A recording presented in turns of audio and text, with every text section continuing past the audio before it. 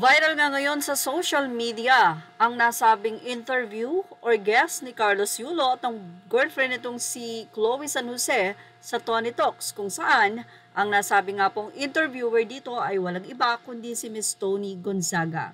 So far, ilang oras sa 9 hours na po ito na mapapanood sa YouTube channel ni Tony na Tony Talks. Ito po ay mayroon ng 570,847.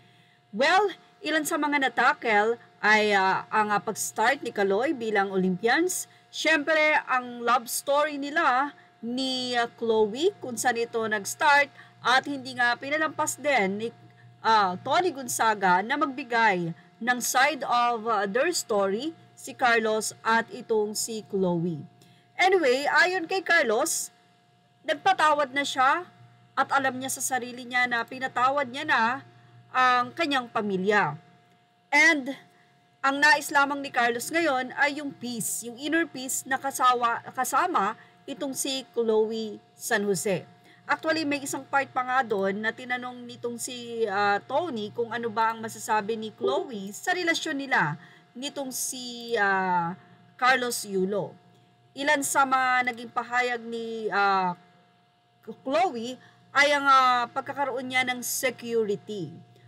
Ayon sa kanya, nagbigay po siya sa akin ng security na even after lahat ng pinagdaanan ko po, he still sees me as Chloe na buo para kasi at the time po kasi nakautak sa akin na nakaano sa akin na wala nang nagmamalasakit o wala nang magmamahal sa akin kasi like parang ini-imprint sa akin na ganito ka lang, ganyan ka lang. So nang dumating si Carlos sa buhay ko, talagang I feel secured sa pagkatao ko po. Ito naman ay kinorek ni Tony at sinabi niyang nakamahal-mahal ka kasi baka ma-misinterpret nila yung security. Sabihin nilang secured na talaga kasi grabe yung napanalunan ni Carlos. Ganon, diba? I'm sure sinasabi yan ng mga tao sa'yo. But anyway, ganon pa man, yung tinumbok po ng interview ay ganon pa rin.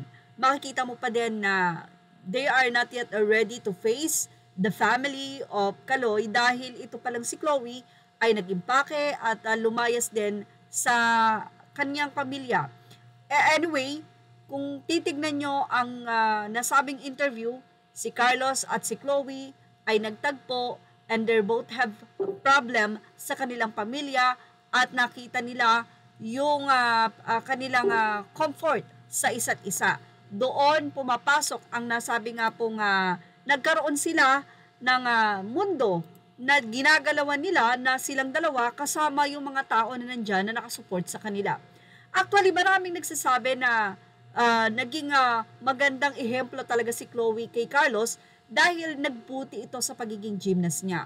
Although hindi naman inaalis yung mga magulang niya na nandyan at nag-push kay Carlos simula nang siya ay bata pa, pero dumating sa point na itong si Carlos ay tila sumuko na at si Chloe ang nandun. Nagkaroon lang ng issue dahil hindi matanggap ng mga magulang ni Chloe ni Carlos ang pagkakaroon nito ng relasyon kay Chloe na nahusgahan because of the way Chloe dresses herself. Well, in the end, makikita mo na this is not the right time para tila magkita sila. They are not both ready. Ganun pa man, ayon nga kay Tony, hiling niya na maging maayos, especially the career of Carlos Yulo.